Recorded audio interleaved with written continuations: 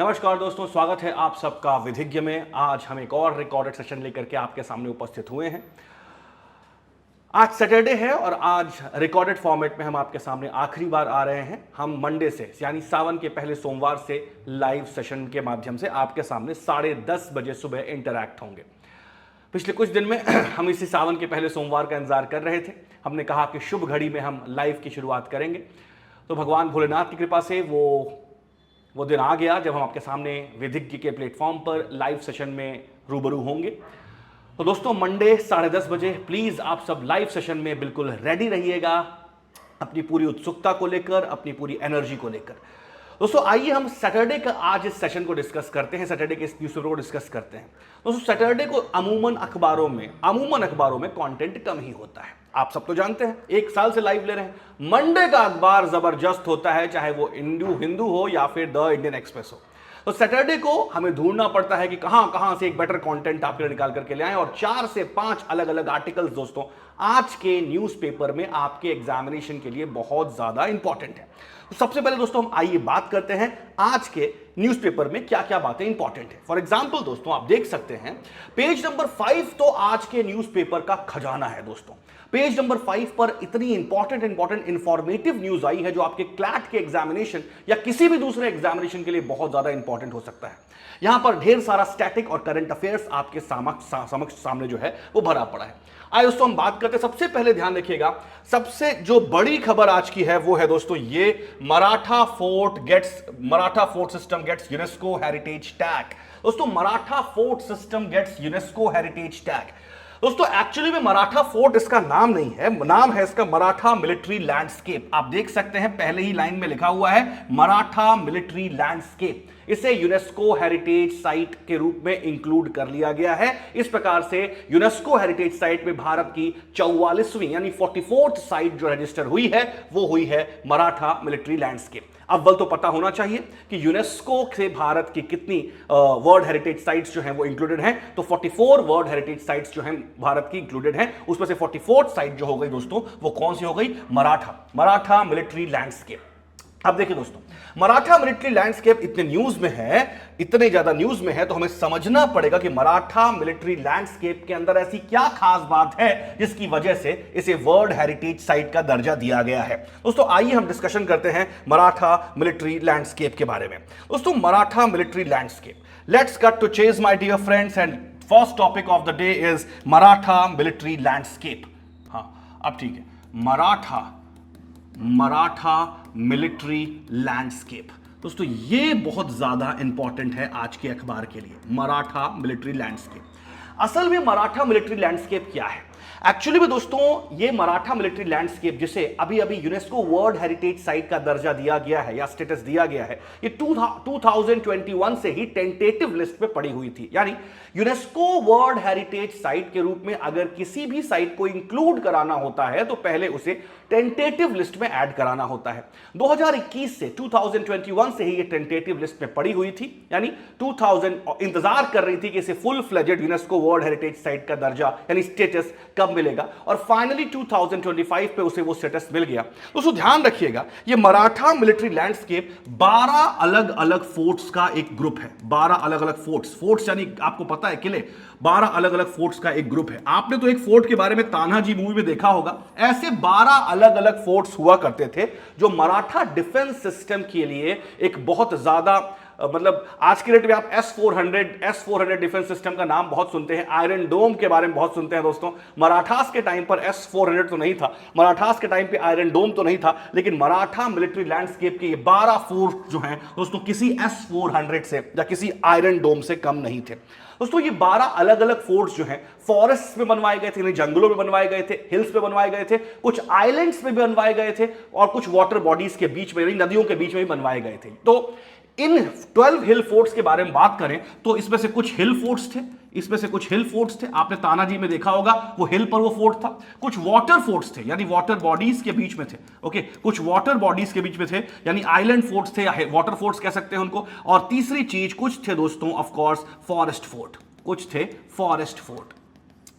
Forest food. अब आप देखिए हिल वाटर फॉरेस्ट, यानी पूरी तरीके से एक नेचुरल इकोसिस्टम का यूज किया जा रहा है मराठा अंपायर को शील्ड करने के लिए। ये फोर्ट्स दोस्तों कुछ जो हिल्स पर बनाए जाते थे, वो हिल्स पर इसलिए बनाए जाते थे ताकि उस पर इजीली अटैक ना हो।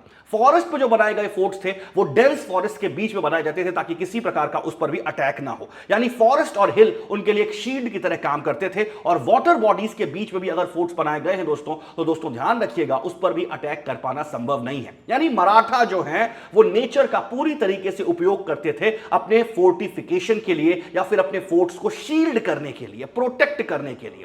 दोस्तों इन फोर्ट्स की खास बात यह है कि इन फोर्ट्स में बहुत ज्यादा कलाकारी नहीं की गई है। कलाकारी का मतलब होता है बहुत ज्यादा महंगे महंगे पत्थरों का यूज नहीं किया गया है। फॉर एग्जांपल अगर आप मुगल फोर्ट्स को देखें, लाल किला, लाल किले को जाकर देखें, या फिर आप फतेहपुर सीकरी में जो अकबर का फोर्ट बना हुआ है उसको जाकर देखें, ताजमहल को देखें, कुल मिलाकर अगर आप मुगल आर्किटेक्चर को देखेंगे तो मुगल आर्किटेक्चर में बहुत ज्यादा पॉम्प एंड शो है। पॉम्प एंड शो का मतलब उसमें बहुत ज्यादा खर्चा किया गया है। रेड सैंडस्टोन, मार्बल, ऐसे महंगे महंगे पत्थरों का यूज किया गया है। पिट्रा ड्यूमा टेक्निक का यूज करके इंटीरियर्स पे बहुत ज्यादा काम किया गया है। लेकिन दोस्तों अगर आप मराठा आर्किटेक्चर को देखेंगे तो मराठा आर्किटेक्चर दोस्तों इतना ज्यादा पॉम्प एंड शो वाला नहीं है। रादर मराठा आर्किटेक्चर या इन मराठा फोर्ट्स को डिफेंस के पर्पज से ही बनाया गया था। जाहिर सी बात है दोस्तों, मुगलों के पास इतने रिसोर्सेस हुआ करते थे, जितने रिसोर्सफुल मुगल्स हुआ करते थे, हमारे मराठा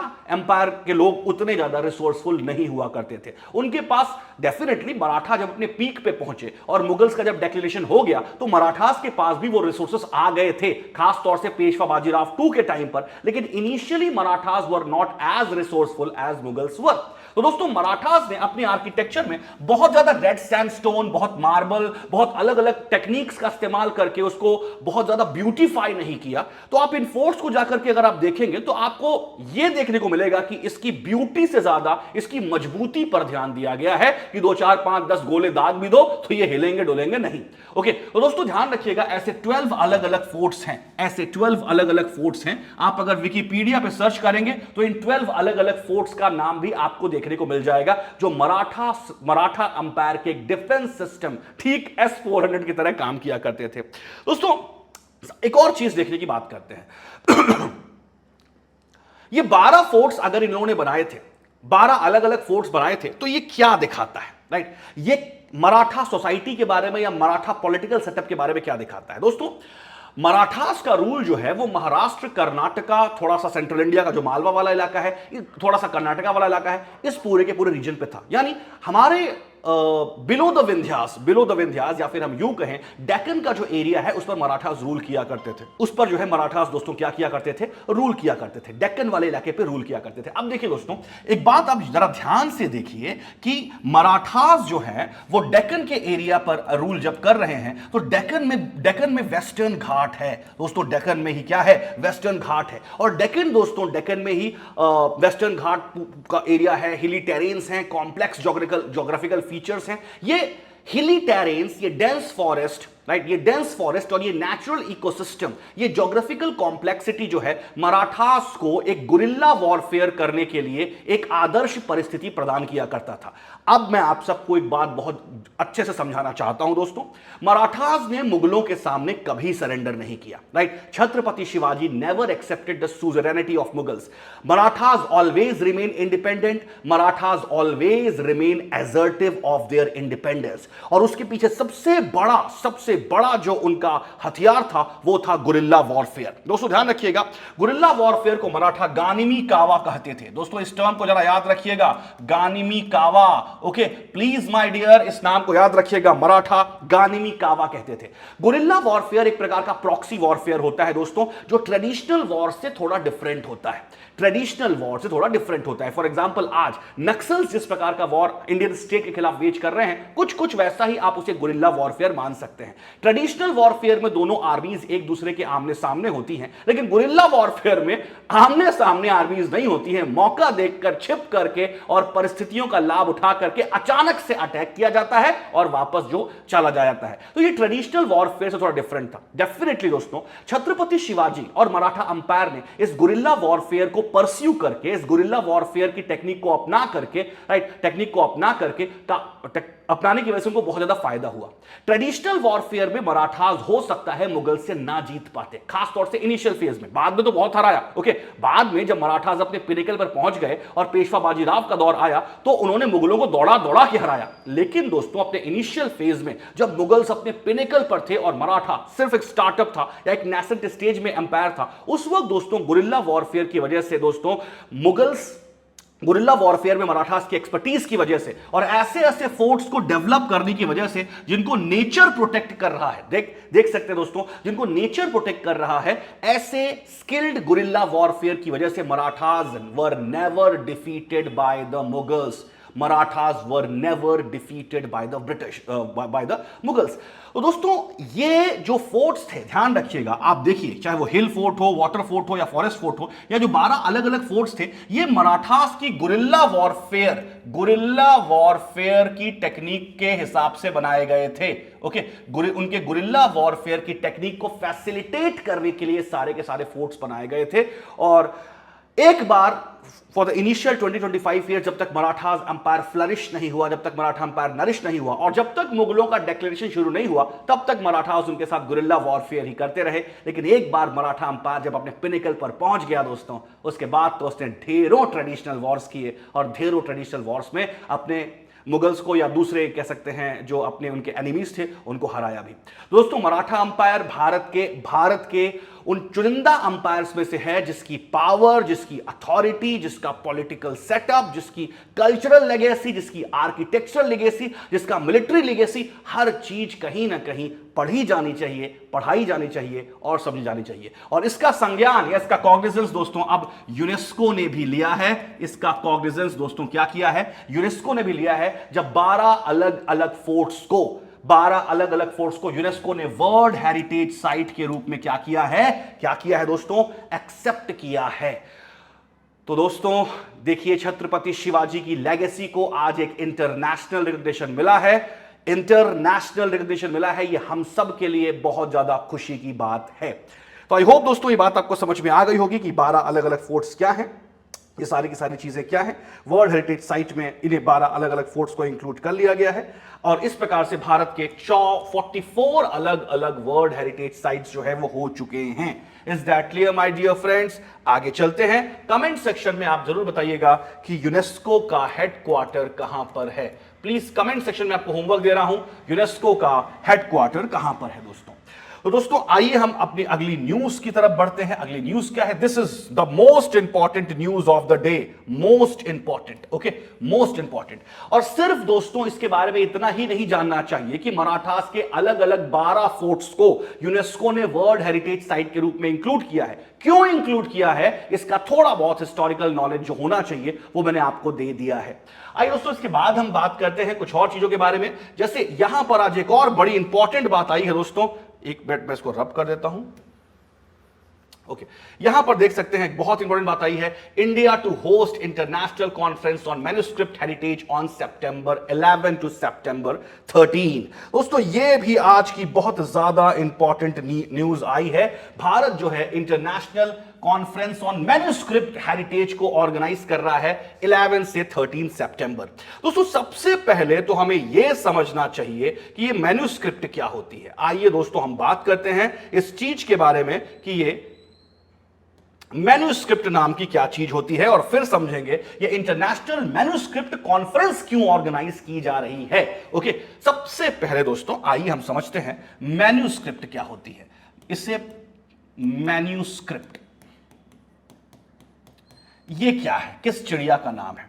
दोस्तों अगर हम मैन्युस्क्रिप्ट के बारे में बात करें तो मैन्युस्क्रिप्ट ऐसे हैंड रिटन कॉम्पोजिशंस होते हैं, हस्तलिखित कॉम्पोजिशन, जो शायद पेन से नहीं लिखे जाते, वो किसी पेड़ की छाल से लिखे जाते हैं, कि कागज पे नहीं लिखे जाते, हो सकता है किसी पेड़ के पत्ते पर लिख दिए गए हों। यानी आप एक ऐसी हैंड रिटन मैन्युस्क्रिप्ट हो सकती है, आई रिपीट, और कागज पर भी लिखा जा सकता है, लेकिन ऐसी हैंड रिटन मैन्युस्क्रिप्ट जिसका कुछ हिस्टोरिकल, जिसका कुछ कल्चरल, जिसका कुछ रिलीजियस और जिसका कुछ लिटरेरी महत्व हो। आई रिपीट, ऐसी हैंड रिटन मैन्युस्क्रिप्ट जिसका कुछ cultural, literary, religious, historical importance हो, उन्हें मैन्युस्क्रिप्ट कहा जाता है। ध्यान से दोस्तों, ये हैंड रिटन ही होनी चाहिए। तो those hand written compositions which has some sort of cultural, historical, cultural, religious और लिटरेरी इंपॉर्टेंस, उसे कहा जाता है दोस्तों मैन्युस्क्रिप्ट। अच्छा, एक और चीज याद रखिएगा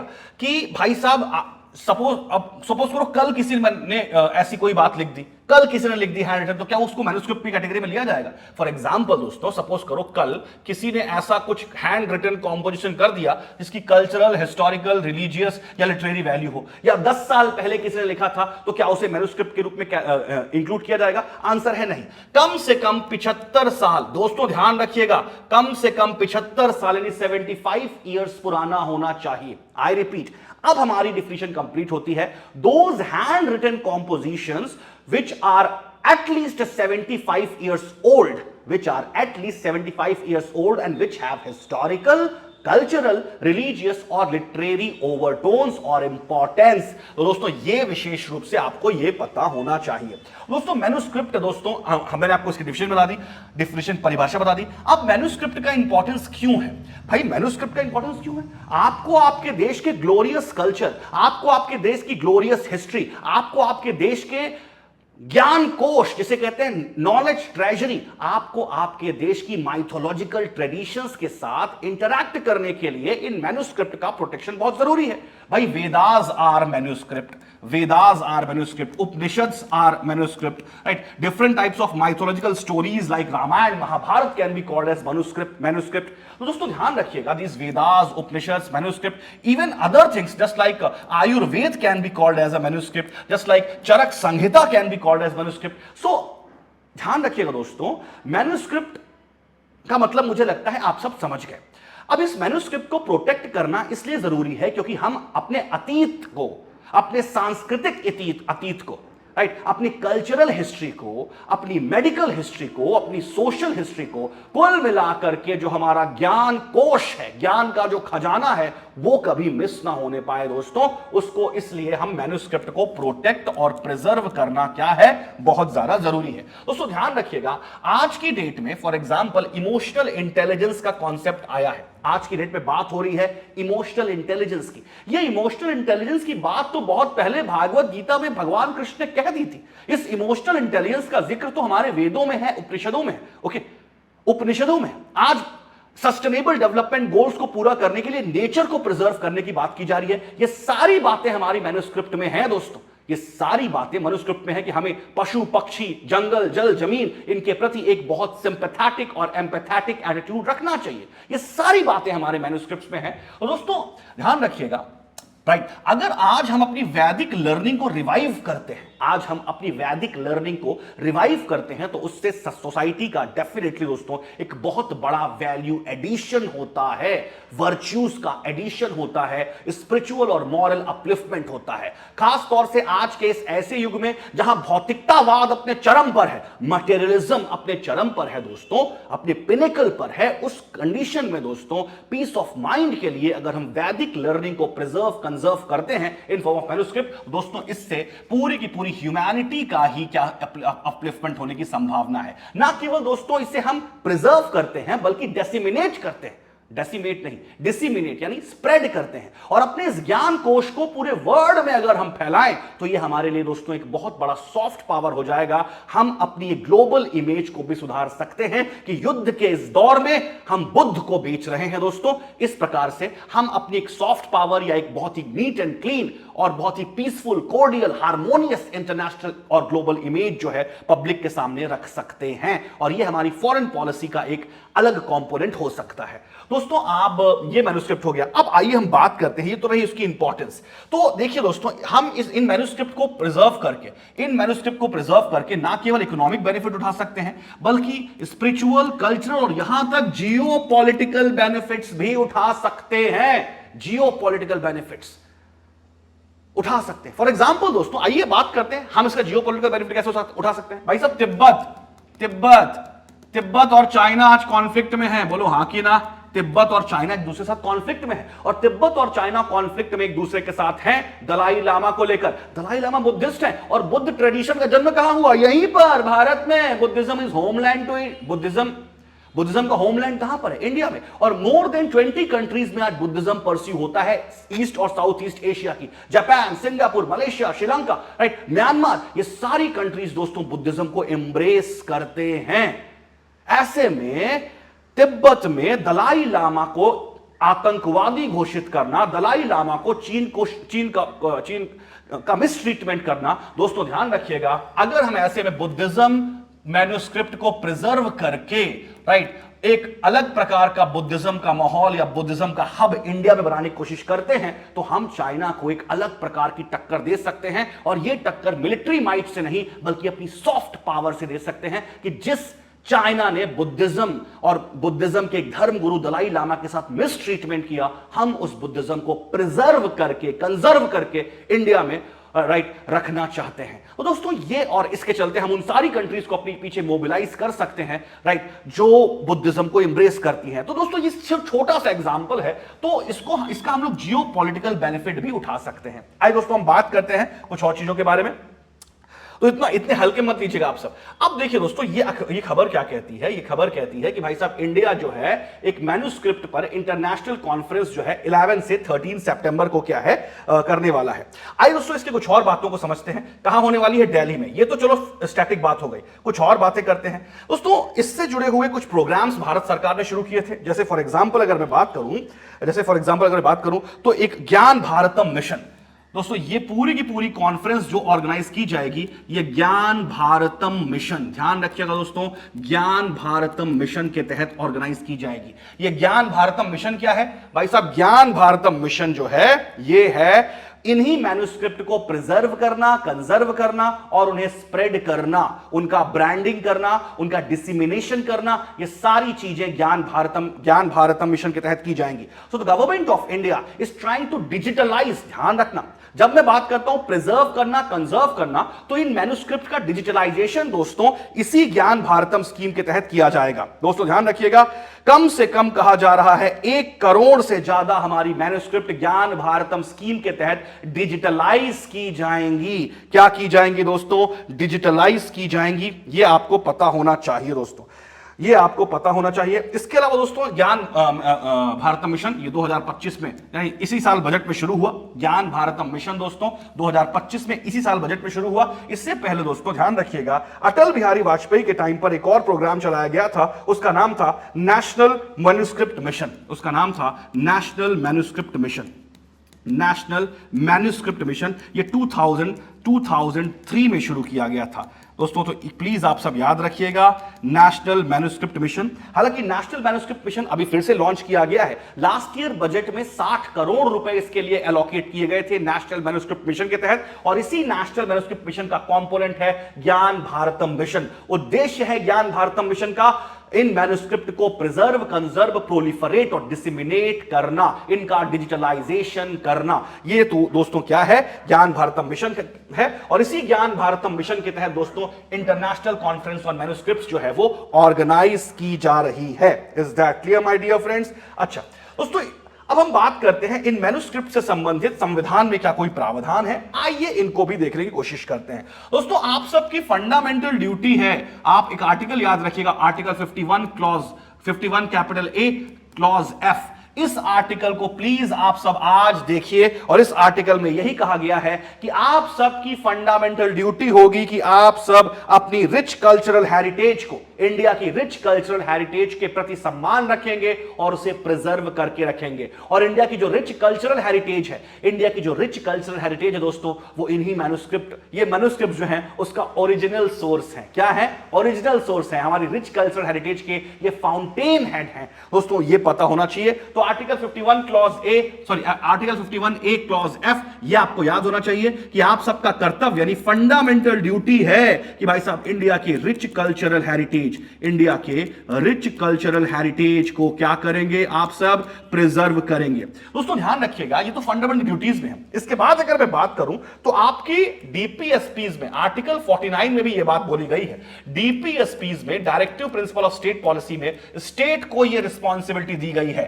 स्टेट को, आपके राज्य को यह रिस्पॉन्सिबिलिटी दी गई है कि भाई साहब आपका राज्य जो है यानी स्टेट, यानी government, central government, state government, local government, सबकी यह रिस्पॉन्सिबिलिटी होगी कि आर्टिस्टिक और हिस्टोरिकल इंपॉर्टेंस के मॉन्यूमेंट्स को और उनके अलग अलग सोर्सेस को स्टेट प्रोटेक्ट करके रखेगा। तो अगर हमारा स्टेट नेशनल कह सकते हैं मैन्युस्क्रिप्ट मिशन लॉन्च कर रहा है या ज्ञान भारतम मिशन लॉन्च कर रहा है, तो स्टेट जो है आर्टिकल 49 में जो डीपीएसपीज में स्टेट को रिस्पॉन्सिबिलिटी दी गई है, बेस्टो की गई है कि भाई साहब ऐसा है कि आपका यह कर्तव्य होगा, रिस्पॉन्सिबिलिटी होगी कि आर्टिस्टिक और हिस्टोरिकल इंटरेस्ट की चीजों को आप क्या करेंगे? प्रिजर्व और कंजर्व करेंगे। यह भी आपको पता होना चाहिए दोस्तों। तो दोनों आर्टिकल जो है आर्टिकल 49 और आर्टिकल 51A(F) आपको याद होना चाहिए।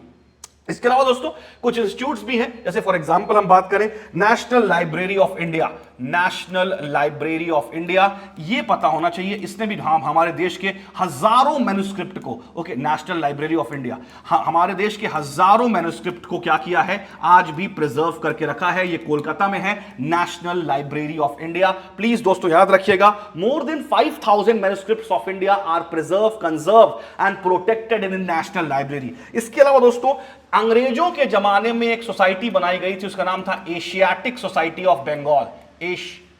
एशियाटिक सोसाइटी ऑफ बंगाल, ये अंग्रेजों के जमाने में बनाई गई थी। अंग्रेजों के जमाने में 1784 में बनाई गई थी एशियाटिक सोसाइटी।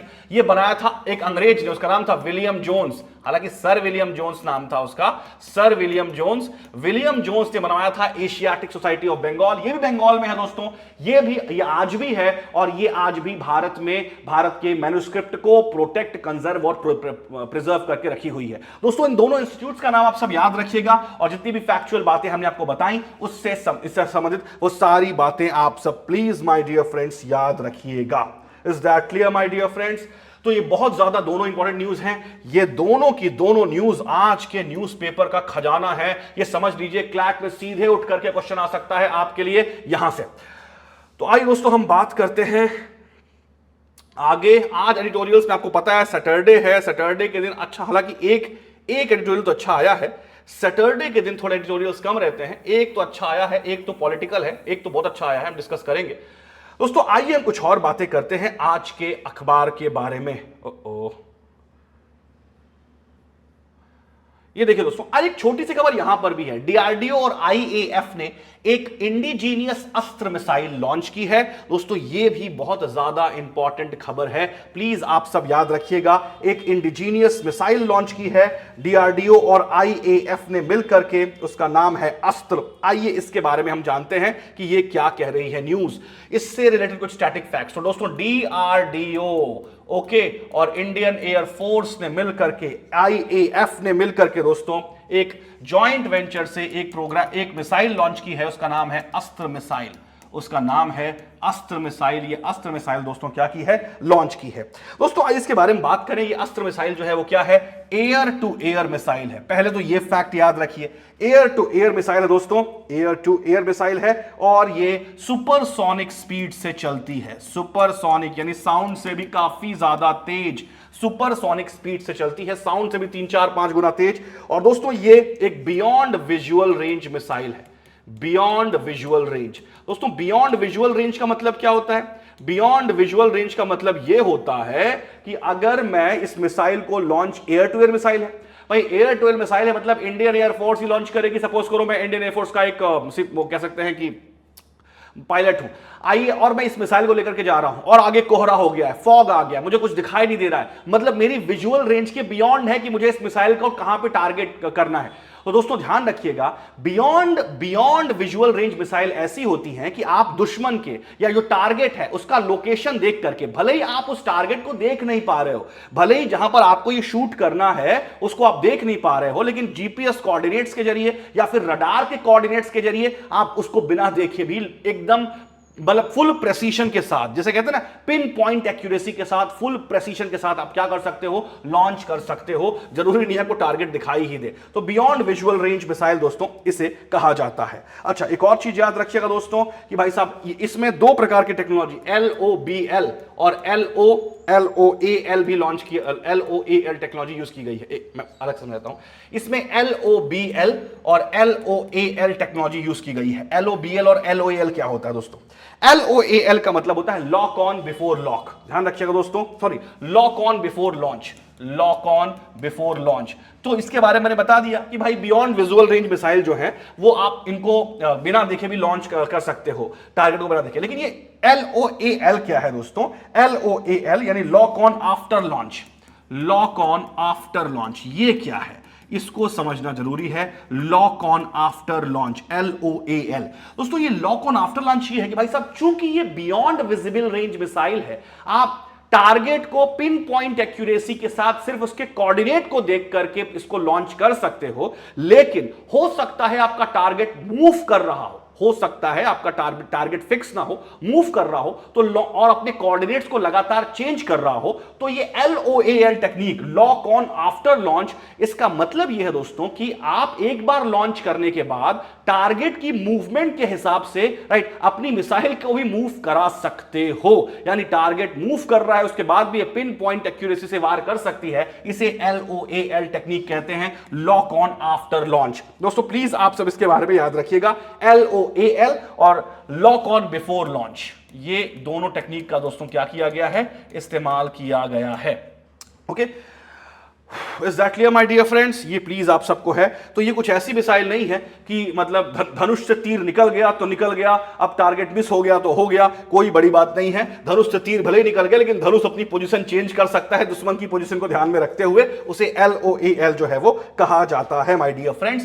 दोस्तों ये पूरी तरीके से एक इंडिजीनियस मिसाइल है, वेरी नाइस, ये पता होना चाहिए हमको। ये पूरी तरीके से दोस्तों क्या है, इंडिजीनियस मिसाइल है। किसी भी देश का एक सिंगल नट बोल्ट भी हमने नहीं खरीदा है इस मिसाइल से। ओके, इस मिसाइल को बनाने के लिए एक नट बोल्ट भी हमने बाहर से नहीं लिया है। दोस्तों इंडिजिनाइजेशन ऑफ डिफेंस इस साल एक बहुत इंपॉर्टेंट टॉपिक है। तो वो सारे डिफेंस इक्विपमेंट्स जो पूरी तरीके से इंडिजीनियस है, यानी भारत में DRDO ने और हमारी अपनी संस्थाओं ने बनाए हैं, वो बहुत ज्यादा अच्छे से आपको पता होना चाहिए, और अस्त्र मिसाइल उसमें से एक है दोस्तों। तो प्लीज आप सब इसे याद रखिएगा माय डियर फ्रेंड्स। तो छोटा सा खबर है लेकिन आपको पता होना चाहिए, ठीक है दोस्तों। तो आइए चलते हैं, और ये पेज नंबर 5 ये आज सबसे ज्यादा इंपॉर्टेंट मुझे दिख रहा है। ओके, अब देखिए यहां पर एक और बात आ रहा है, genetic analysis of Assam rhino horn samples initiated. अब देखिए यहां पर ये देखा जाए तो जो वन हॉर्न राइनोज हैं उनकी कह सकते हैं उनके DNA सैंपल्स वगैरह को भेज करके कुछ उनकी जेनेटिक एनालिसिस की जा रही है। तो न्यूज में है, सिर्फ आपको इतना पता होना चाहिए कि वन हॉर्न राइनो जो है पाया कहां जाता है, तो आपके देश में काजीरंगा नेशनल पार्क है, आपके देश में काजीरंगा नेशनल पार्क है, और वो है असम में। ध्यान रखिएगा वो कहां पर है, असम गुवाहाटी में वो है।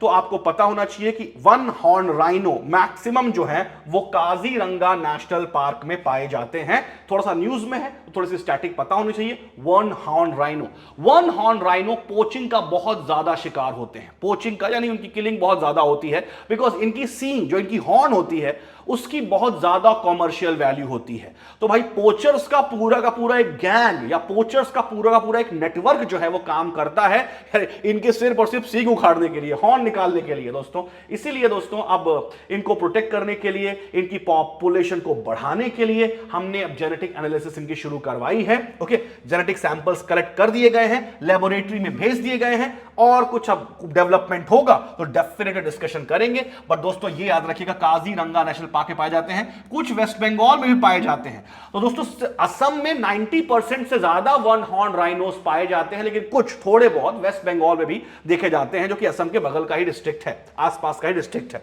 तो दोस्तों आइए हम बात करते हैं अगली बात करते हैं, अगली हमारी बात क्या होने वाली है। पहले हम इसको मिटा देते हैं और मिटाने के बाद आप सब रनिंग नोट्स प्लीज लेते चलिएगा। मुझे पता है आप सब पूछ रहे हैं सर लाइव कब आओगे, लाइव कब आओगे। हमने बोल दिया ना, सावन का पहला सोमवार, सावन का पहला सोमवार उस दिन हम लाइव आएंगे, परेशान मत होइए। और उसी धमाके के साथ लाइव आएंगे जिस धमाके के साथ आते थे। हाँ, थोड़ा सा तकलीफ होगी, स्ट्रगल होगा, लेकिन सब सही कर देंगे, टेंशन मत लो। देखिए दोस्तों, low fertility rate can hurt economy in Andhra Pradesh, says Naidu. अब देखिए दोस्तों, ये आज की डेट में, कल मैंने आपको एक आर्टिकल पढ़ाया था जिसमें मैंने आपको कहा था कि भाई साहब ये घटती हुई पॉपुलेशन जो है अपने पॉलिटिकल एजेंडा को पूरा करने के लिए आज की डेट में सब लोग यूज करने लग गए हैं। आपको रिलीजियस नेशनलिज्म फैलाना हो, कल्चरल नेशनलिज्म फैलाना हो, ओके, रीजनल नेशनलिज्म फैलाना हो, लिंग्विस्टिक नेशनलिज्म फैलाना हो, एथनिक नेशनलिज्म फैलाना हो, ओके। तो दोस्तों ध्यान रखिएगा, आप ये बोलना शुरू कर दीजिए कि हमारे धर्म की, हमारे समाज की, हमारी जाति की, हमारे क्षेत्र की पॉपुलेशन घट रही है और एक फियर कॉम्प्लेक्सिटी या फियर साइकोसिस, भय का वातावरण अपने समाज में पैदा कर दो, ताकि लोग जो हैं आपको अपना मसीहा मानने लग जाएं कि उस धर्म को प्रोटेक्ट करने की जिम्मेदारी वही है। अब देखिए इधर आप लोग, ये है आंध्र प्रदेश के मुख्यमंत्री एन चंद्रबाबू नायडू। ये कह रहे हैं कि यहां का जो फर्टिलिटी रेट है 1.7 पहुंच चुका है। आइए हम बात करते हैं फर्टिलिटी रेट की। कल वर्ल्ड सेंसस डे था, तो इस चक्कर में ये थोड़ा सा इंपॉर्टेंट, टीएफआर क्या होता है? TFR, total fertility rate. तो ध्यान रखिएगा, टोटल फर्टिलिटी रेट का मतलब होता है अपने रिप्रोडक्टिव ईयर्स में, अपने रिप्रोडक्टिव ईयर्स में जो उसके फर्टाइल ईयर्स होते हैं, एक महिला एवरेज कितने बच्चों को जन्म देती है। I repeat, in her reproductive years, in her fertile years, the average number of kids that are delivered by a woman is known as TFR. अब भारत का TFR, इंडिया का TFR 2.1 है। इंडिया का TFR टोटल फर्टिलिटी रेट 2.1 है। अब 2.1 है, इसका मतलब भारत की महिलाएं एवरेज 2 बच्चों को, क्योंकि स्टैटिस्टिक्स है तो पॉइंट आ गया, एवरेज 2 बच्चों को जन्म देती हैं, एवरेज 2 बच्चों को जन्म देती हैं। अब प्रॉब्लम यह है कि भाई इसमें ये पूरे इंडिया का है, लेकिन इंडिया में 28-29 अलग अलग स्टेट्स हैं। फॉर एग्जांपल बिहार का TFR थोड़ा सा एक बार चेक कर लीजिएगा, बट 3.2 के आसपास है, और आंध्र प्रदेश का TFR 1.7 के आसपास है। बिहार का TFR हमारे नेशनल एवरेज से ज्यादा है, एक्सेप्टेड। बिहार का जो TFR है वो हमारे नेशनल एवरेज से ज्यादा है। यूपी का भी 3 से ऊपर ही है। तो यूपी बिहार 2 स्टेट्स हैं जहां का TFR 3 से ऊपर है। डेफिनेटली वहां की सरकारों को TFR, टोटल फर्टिलिटी रेट, कम करने के लिए वहां पर फैमिली प्लानिंग को पुश करना चाहिए। यूपी और बिहार की सरकारों को यह ठोस कदम उठाना चाहिए, लेकिन साउथ की स्टेट्स ने यह कदम बहुत पहले उठा लिया है। फैमिली प्लानिंग को उन्होंने बहुत ज्यादा प्रमोट किया है, इसको लेकर बहुत ज्यादा अवेयरनेस फैलाई है, और आज जो है वहां पर लगभग 2 के आसपास TFR आ चुका है, 2 से भी कम हो चुका है। फॉर एग्जाम्पल आंध्र प्रदेश का 1.7 है, 1.7 है। अब देखिए, एक टर्म है जिसे आप कहा जाता है, एक टर्म है उसे कहते हैं रिप्लेसमेंट फर्टिलिटी रेट। अब देखिए ये रिप्लेसमेंट फर्टिलिटी रेट क्या होती है, आइए हम बात करते हैं। देखिए भाई साहब, रिप्लेसमेंट फर्टिलिटी रेट कोई नई टर्म नहीं है।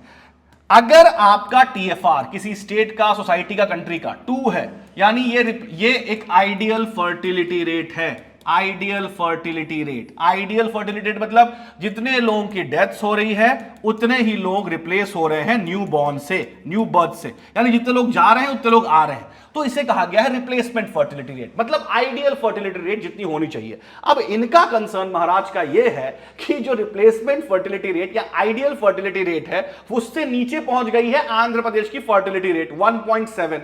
अब 1.7 और 2 में कोई बहुत ज्यादा अंतर नहीं है, ठीक है, उसको लेकर इतना छाती पीटने की जरूरत नहीं है, और इसको लेकर के इतना फियर साइकोसिस क्रिएट करने की भी जरूरत नहीं है। ओके, हाँ, ये 1 पर आ जाए, 0.9 पर आ जाए, 1.2 पे पहुंच जाए तो फिर समझ में आता है। फॉर एग्जाम्पल हमारे जो आसियान कंट्रीज हैं उनका तो 1 के नीचे पहुंच गया है, किसी कंट्रीज का 0.91, सिंगापुर का पहुंच चुका है। तो दोस्तों ध्यान रखिएगा, अब ये 1.7 है, which is very much close to 2, right, which is very much close to true. इसमें कोई फियर साइकोसिस वाली बात नहीं है कि आप मीडियम है कि बयान दे रहे हैं वगैरह वगैरह जो भी कह रहे हैं। तो खैर इन सब न्यूज से आप लोग बहुत ज्यादा प्रभावित मत हुआ करिए, आप सब जाना करिए कि एग्जैक्टली क्या है। फॉर एग्जाम्पल दोस्तों ध्यान रखिए, अब यह कहा जा रहा था कि भारत में बहुत लोग यह चीज कहते थे, बहुत लोग यह चीज कहते हैं कि मुस्लिम्स की आबादी इस देश में बढ़ती जाएगी। चलिए वर्ल्ड सेंसस डे है, वर्ल्ड, बहुत लोग ये फियर साइकोसिस पैदा करते हैं कि मुस्लिम्स की जो आबादी है एक दिन देश से बढ़ जाएगी, तो हिंदुओं को भी 4-4 बच्चे पैदा करना चाहिए। इस प्रकार के नॉनसेंसिकल बयान कई बार पब्लिक डोमेन में अलग अलग प्रकार के नेता देते हैं। या फिर इवन मुस्लिम बहुत सारे क्लरिक्स कहते हैं कि मुस्लिम महिलाओं को 5-5 बच्चे, मतलब वगैरह वगैरह। इस प्रकार के नॉनसेंसिकल बयान, मैंने कहा ना, सिर्फ और सिर्फ एक रेडिकलिज्म फैलाने के लिए, फैनेटिसिज्म, एक्सट्रीमिज्म फैलाने के लिए ये बयान दिए जाते हैं। अब आइए स्टैटिस्टिक्स की बात करते हैं। भाई साहब, मुस्लिम्स की टोटल फर्टिलिटी रेट जो है वो 3.2 के आसपास हुआ करती थी। कब? 2001 के सेंसस के हिसाब से। यानी आज 25 साल के बाद मुस्लिम्स का टीएफआर आप चेक करिए 2.3 के आसपास पहुंच चुका है। 2.3, 2.4 के आसपास हमारे देश के मुस्लिम्स का टीएफआर है। यानी मुस्लिम्स भी लगभग आइडियल टीएफआर के पास पहुंच रहे हैं, पॉपुलेशन स्टेबिलिटी के आसपास पहुंच रहे हैं। और हिंदुओं का टीएफआर करीब करीब 1.95 है, लगभग आसपास ही है। और यही टीएफआर अगर रहा तो आने वाले 80 साल तक हमारी डेमोग्राफी में हिंदू और मुस्लिम्स का बैलेंस जो है वो उतना ही रहेगा जितना कि आज है। हो सकता है 10-20 लाख का अंतर पड़ जाए, बट आने वाले 100 साल में इससे ऊपर का अंतर नहीं पड़ेगा। सिर्फ 19-20 भी नहीं, 19.5 और 19.9 का अंतर आएगा। इतू सा अंतर आएगा। तो इसमें फियर साइकोसिस करने की क्या जरूरत है? दोस्तों मैं वही बोल रहा हूं कि आप सब थोड़ा अपना दिमाग लगाया करिए और थोड़ा चीजों को समझने की कोशिश किया करिए। Is that clear my dear friends? अब देखिए यहां पर एक खबर है। देखिए आज मैं एडिटोरियल सिर्फ एक ही पढ़ाना है, ज्यादा एडिटोरियल्स है नहीं। पानी पी लेता हूं, थोड़ा बहुत थक गया हूं बोलते बोलते। आप लोग लाइव नहीं है तो मजा नहीं आ रहा है यार। बाकी जो है अब लाइव लेंगे आप लोग तो हम डेफिनेटली जो है चर्चा करेंगे लाइव में। मैं मजा तो तब आता जब आप डाउट्स पूछ रहे होते और मैं डाउट्स बता रहा होता। बीजेपी एमपी ने, कोई एमपी है, एमपी इज टू सीक, हाँ यह बात की जा रही है कि भारत रत्न दे दिया जाना चाहिए दलाई लामा को। बीजेपी के राज्यसभा मेंबर है सुजीत कुमार, उन्होंने डिमांड किया है कि दलाई लामा को भारत रत्न दे दिया जाना चाहिए। बिल्कुल दे दिया जाना चाहिए। मुझे ऐसा लगता है, देखिए दलाई लामा को नोबेल पीस प्राइज तो मिल चुका है भाई, इंटरनेशनल लेवल पे तो उनको अवार्ड दिया जा चुका है, भारत रत्न और दे देना चाहिए। अब देखिए आप बोलोगे सर धर्म गुरु हैं, तिब्बत के धर्म गुरु हैं, इसका क्या मतलब होगा? देखिए इसके जियोपॉलिटिकल ओवरटोन्स होंगे। मैं क्या बोल रहा हूं, इसके एक जियोपॉलिटिकल ओवरटोन्स होंगे। जियोपॉलिटिकल ओवरटोन्स क्या होंगे, आइए चर्चा करते हैं। दोस्तों Dalai Lama Buddhist dharma guru of Tibet, Dalai Lama the enemy of China, Dalai Lama जिनके सक्सेशन प्लान को लेकर इतना डिस्प्यूट हो रहा है कि चाइना कह रहा है कि अगला दलाई लामा हम चूज करेंगे और तिब्बत कह रहा है कि दलाई लामा नेक्स्ट हम चूज करेंगे। यानी उसको लेकर एक बोन ऑफ कंटेंशन तिब्बत और चाइना के बीच में है, जो पिछले 1 महीने से खबर न्यूज में है। दोस्तों ऐसी परिस्थिति में अगर हमने करंट दलाई लामा को भारत रत्न दे दिया, मान लो इस खबर को मान लें, तो डेफिनेटली हमने एक तरफ चाइना उन्हें शत्रु मानता है और दूसरी तरफ हमने दलाई लामा को क्या दे दिया, भारत रत्न दे दिया। चाइना ने जिस प्रकार से ऑपरेशन सिंदूर में पाकिस्तान के साथ कंधे से कंधा मिलाकर काम किया, हमको एक स्ट्रॉन्ग स्टेटमेंट देने की जरूरत है कि भाई साहब हमारा डिस्प्यूट पाकिस्तान से है, तुम क्यों बेगानी शादी में अब्दुल्ला दीवाना हो रहे हो, और अगर तुम बेगानी शादी में अब्दुल्ला दीवाना होगे तो हम भी बेगानी शादी में अब्दुल्ला दीवाना हो सकते हैं। देखिए अब हम इसे ऐसे प्रोजेक्ट कर सकते हैं कि भाई दलाई लामा एक बुद्धिस्ट धर्म गुरु है और बुद्धिज्म का जन्म भारत में हुआ। बुद्धिज्म का जन्म जो है वो कहां पर हुआ, भारत में हुआ। दोस्तों इंडिया को बुद्धिज्म को एक सॉफ्ट पावर बना करके पूरे वर्ल्ड में प्रोलिफरेट करना चाहिए। India is homeland to Buddhism and जैसा कि मैंने कहा more than 20 countries of this world follows, embraces Buddhism, and most of these countries are antagonized to China. Most of these countries are having some sort of conflict to China. So if we will start to create India as a Buddhist hub, हम इन सारी countries को Buddhism का branding करके या Buddhism के सहारे अपने नजदीक लेकर के आए, यानी इनके साथ हम एक कल्चरल रिलीजियस लेवल पर इंटरैक्शन डेवलप कर पाए, cultural bonding, religious bonding, people to people contact develop कर पाए। तो हमारा और इन सारी की सारी कंट्रीज का संबंध एक अलग टेरेन पर होगा। दो कंट्रीज के बीच में संबंध ट्रेड से होते हैं, मिलिट्री एक्सचेंज से होते हैं कि दो कंट्रीज ने कैसे मिलिट्री एक्सचेंज किया, दो कंट्रीज के बीच में कैसे ट्रेड हो रहा है, ओके, वगैरह वगैरह, इन सबसे डिस्प्यूट, इन सबसे किसी कंडीशन डिसाइड होते हैं। लेकिन इस प्रकार के कल्चरल एस्पेक्ट का यूज बहुत कम किया जाता है बायलैटरल रिलेशंस में। दोस्तों, अगर इस प्रकार की सॉफ्ट कल्चरल इश्यूज का प्रयोग करके हम अपने बॉन्डिंग को अपने आसपास खासतौर से बुद्धिस्ट नेशन में स्ट्रॉन्ग करेंगे तो ये चाइना को एक छटपटा देने वाला या चाइना को एक अनईज कर देने वाला भारत का स्टेप होगा। दोस्तों, तो ऐसे में अगर दलाई लामा को हम भारत रत्न देते हैं तो ऑपरेशन सिंदूर में चाइना ने जो कुछ भी किया, जितना कोलैबोरेशन पाकिस्तान के साथ किया, हम एक स्ट्रॉन्ग स्टेटमेंट देंगे चाइना को। और दोस्तों, अगर ये स्टेप होता है तो अच्छी बात है, कर लीजिए।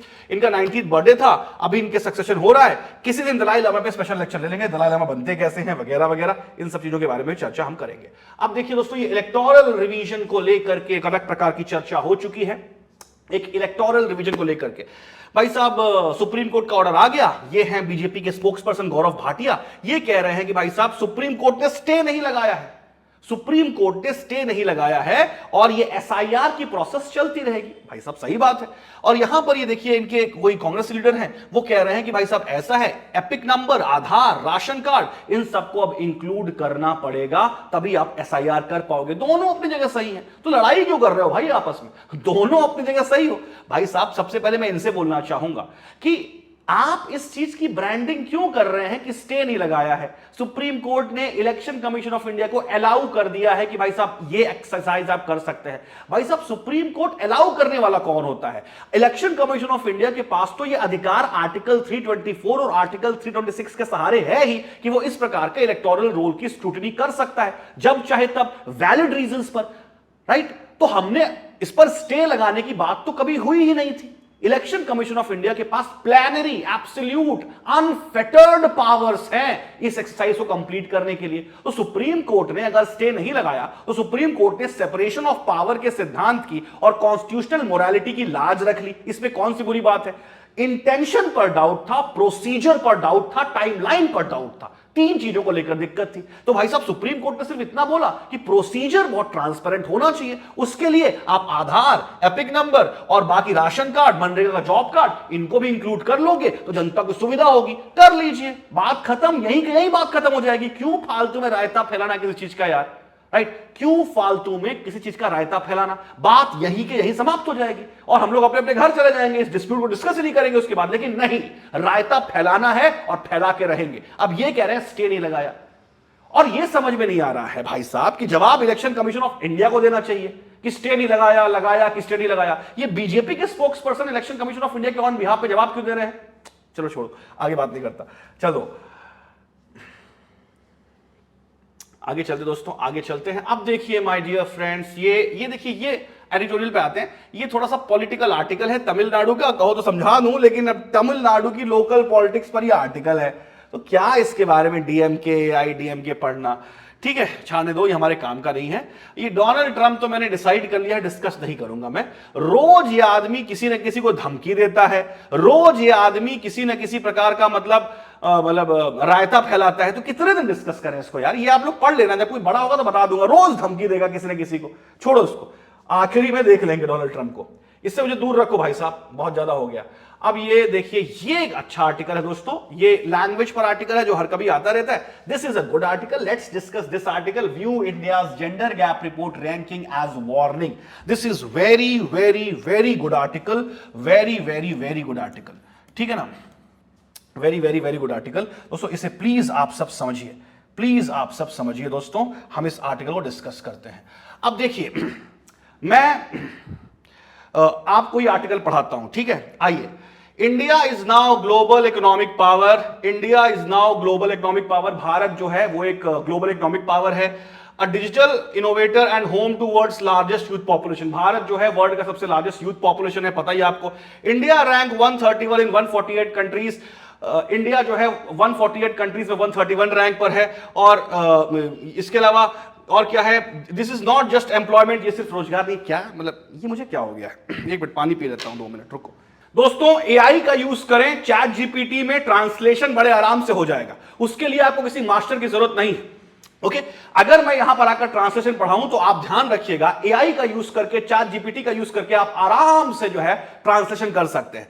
आइए हम इस आर्टिकल को पढ़ते हैं। ओके आइए हम इस आर्टिकल को पढ़ते हैं। आइए इसको मिटा दूं पहले भाई, है ना। ठीक है, let's discuss my dear friends this article, this very very very nice piece of article my dear friends, let's discuss. दोस्तों इस आर्टिकल के बारे में इस आर्टिकल की खास बात यह है कि आर्टिकल इंडिया में बढ़ते हुए जेंडर गैप के बारे में बात कर रहा है। आर्टिकल इंडिया में बढ़ते हुए जेंडर गैप के बारे में बात कर रहा है। सबसे पहले यह आर्टिकल की शुरुआत होती है कि इंडिया की, मैं क्रक्स बता रहा हूं, अब बहुत अच्छा आर्टिकल है, 2024 में इंडिया की जेंडर गैप इंडेक्स जो निकाला जाता है उसकी 148 कंट्रीज में 129th रैंक था। आई रिपीट, इंडिया का 148 कंट्रीज में 129th रैंक था 2024 में, और 2025 में बड़े शर्म की बात है कि हम 2 रैंक और पीछे चले गए और 131 पर पहुंच गए। राइट, कब पहुंच गए? 131 पर पहुंच गए ग्लोबल जेंडर गैप इंडेक्स में। सबसे पहले आपको पता यह होना चाहिए कि ग्लोबल जेंडर गैप इंडेक्स में इंडिया की रैंकिंग 2025 में क्या थी? 131। ओके 131 ये 2025 की रैंकिंग है और 2024 में 129 थी, यानी 2 रैंक हम पीछे आ गए। कारणों की पड़ताल करेंगे हम लोग, लेकिन उससे पहले कुछ स्टैटिक नॉलेज हो जाए। ये ग्लोबल जेंडर गैप इंडेक्स छापता कौन है? आंसर है world economic forum. World economic forum जो है इस इंडेक्स को छापता है। अब दोस्तों ये आर्टिकल जबरदस्त बात कह रहा है। वो बोल रहा है कि भाई साहब अगर हम ग्लोबल जेंडर गैप इंडेक्स को देखें, अगर हम ग्लोबल जेंडर गैप इंडेक्स को देखें तो ये 4 पैरामीटर्स पर, ग्लोबल जेंडर गैप इंडेक्स जो है ये 4 पैरामीटर्स की बात करता है। 4 पैरामीटर्स के आधार पर रैंकिंग डिसाइड करता है। पहला है, ध्यान से सुनना, इकोनॉमिक पार्टिसिपेशन। पहला है बेटा इकोनॉमिक पार्टिसिपेशन। दूसरा है पॉलिटिकल पार्टिसिपेशन, राजनीतिक भागीदारी। ओके पॉलिटिकल पार्टिसिपेशन यानी संसद में, विधानसभा में, पंचायत में, नगर पालिका में, पॉलिटिक्स में महिलाओं की कितनी भागीदारी है। इकोनॉमिक पार्टिसिपेशन यानी आर्थिक गतिविधियों में, इकोनॉमिक डेवलपमेंट में हमारे महिलाओं की कितनी भागीदारी है। तीसरा है हेल्थ, ध्यान रखिएगा, तीसरा है हेल्थ ऑफ कोर्स, और चौथा है एजुकेशनल अटेनमेंट। तो इकोनॉमिक पार्टिसिपेशन, ध्यान से सुनना, economic participation, political participation, health condition और एजुकेशनल कंडीशन को ध्यान में रख करके माय डियर फ्रेंड्स ये जो पूरा का पूरा इंडेक्स है डिसाइड किया जाता है। और इंडिया की रैंक करंट चल रही है 131, ये 2025 में रैंक है। अब दोस्तों ध्यान रखिएगा, लेखक इस पूरे के पूरे आर्टिकल में जेंडर गैप इंडेक्स के अलग अलग डायमेंशंस में इंडिया की परफॉर्मेंस को मतलब ब्रेक करके बता रहे हैं। लेखक ये बात कह रहे हैं कि भाई साहब पॉलिटिकल पार्टिसिपेशन में, अगर सिर्फ पॉलिटिकल पार्टिसिपेशन की बात की जाए तो इंडिया की ग्लोबल रैंकिंग 69th है। ओके अगर सिर्फ पॉलिटिकल पार्टिसिपेशन की बात की जाए तो हमारी जो ग्लोबल रैंकिंग है वो क्या है बेटा? 69th है। अब देखिए ओवरऑल रैंकिंग 131, और अभी तक हम बात करें तो सिर्फ पॉलिटिकल पार्टिसिपेशन में रैंकिंग 69। मतलब in terms of political participation India is performing far better.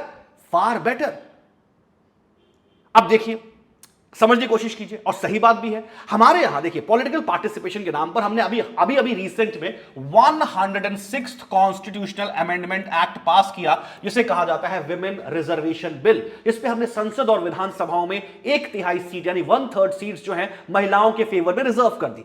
ये तो 106th कॉन्स्टिट्यूशनल अमेंडमेंट आज आया है, राइट, मतलब 2024 में आया है देखा जाए तो। उससे बहुत पहले दोस्तों हमने 73rd और 74th अमेंडमेंट पास किया है, जिसमें पंचायती राज इंस्टीट्यूशंस और अर्बन लोकल बॉडीज में, यानी लोकल बॉडीज में हमने 50% तक की सीट्स जो है वो महिलाओं के फेवर में रिजर्व करके रखी हुई हैं। आज लाखों महिलाएं जो हैं लोकली इलेक्टेड ऑफिसेस में सरपंच, जनपद पंचायत सदस्य, नगर पालिका अध्यक्ष, पार्षद वगैरह वगैरह बन करके हर जिले में कम से कम आपको सैकड़ों महिलाएं ऐसी मिल जाएंगी।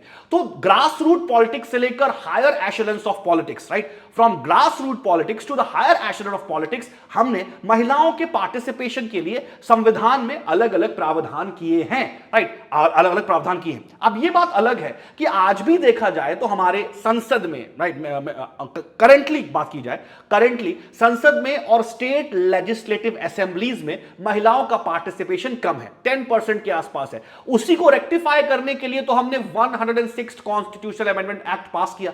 राइट, जिसके चलते संसद और विधानसभा में हमने 1/3 सीट्स जो है in favour of women's reserve की। तो दोस्तों पॉलिटिकल पार्टिसिपेशन में we are doing better and we will do better also once this 106th constitutional amendment act ratifies and implemented to full scale.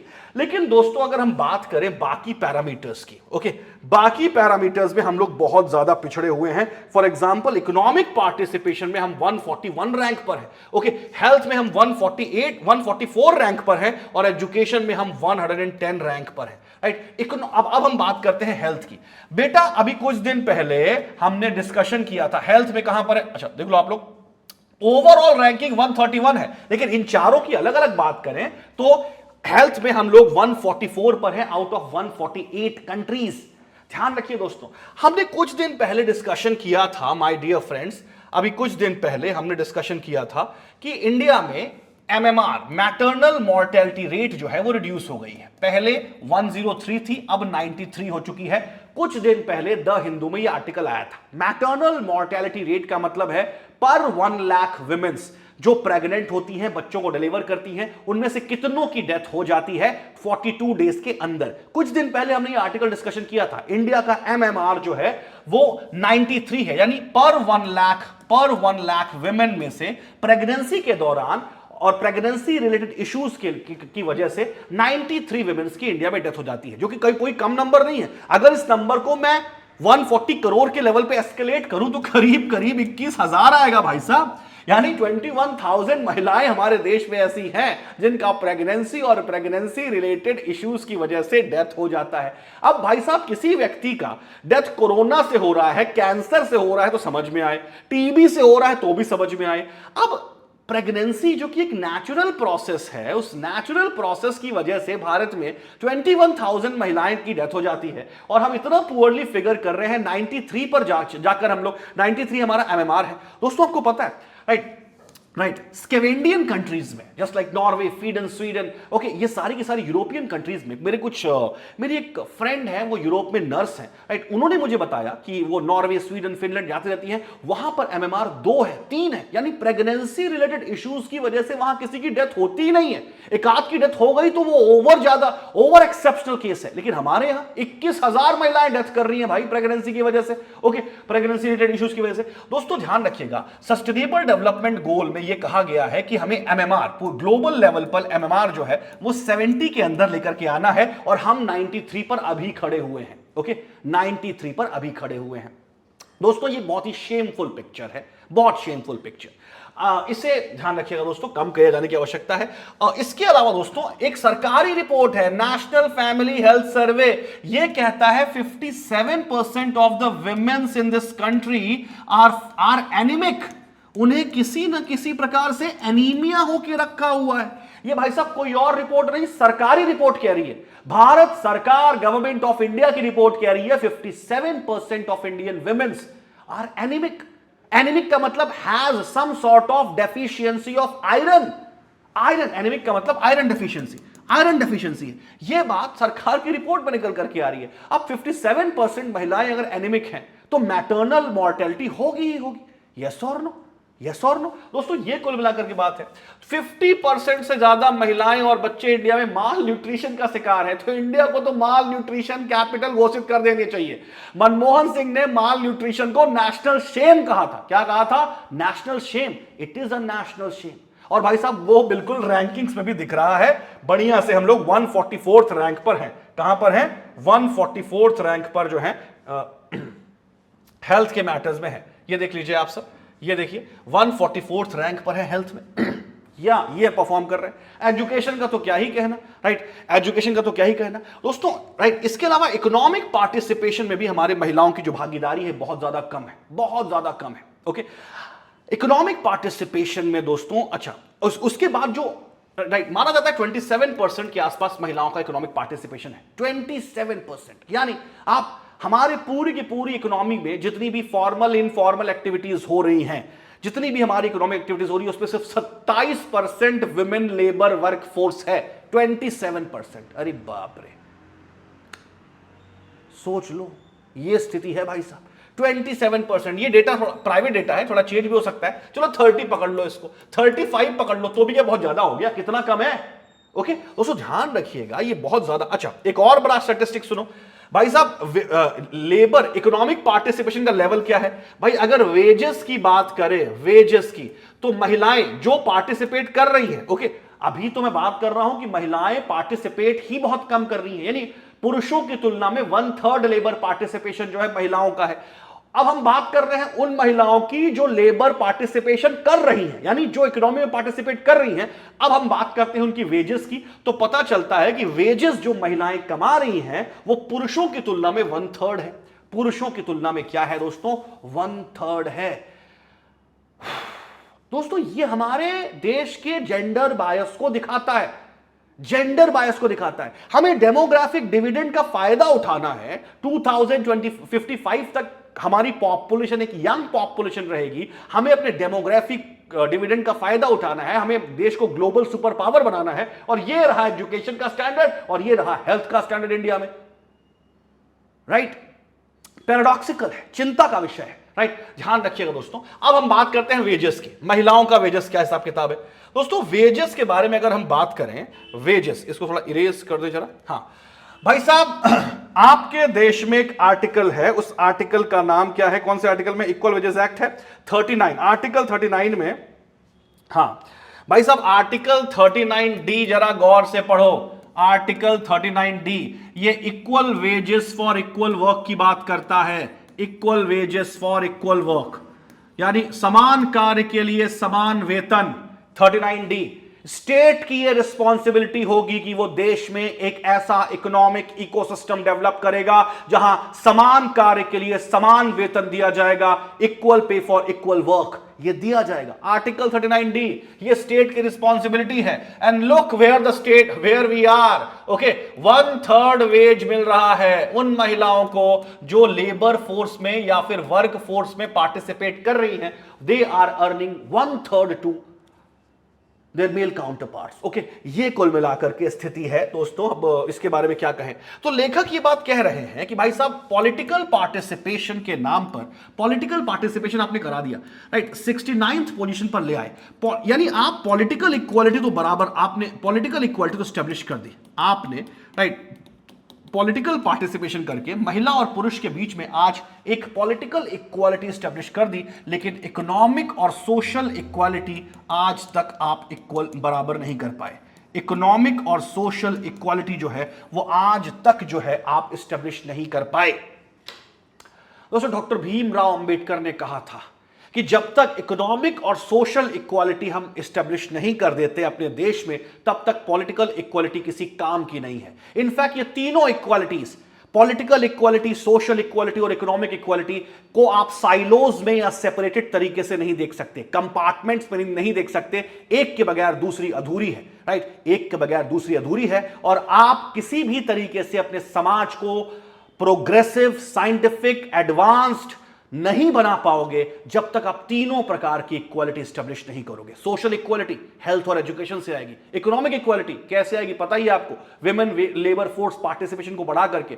Political equality में ठीक ठाक हासिल कर चुके हैं हम लोग, लेकिन इन दोनों इक्वालिटीज के अभाव में दोस्तों पॉलिटिकल इक्वालिटी जो एक चेंज ला सकता है वो चेंज नहीं ला पा रहा है जेंडर गैप इंडेक्स में। और we are poorly figuring, poorly performing in gender gap index. My dear friends, इसी के साथ मैं अपने सेशन को समाप्त करता हूं। सेशन पसंद आया तो लाइक जरूर कर दीजिएगा।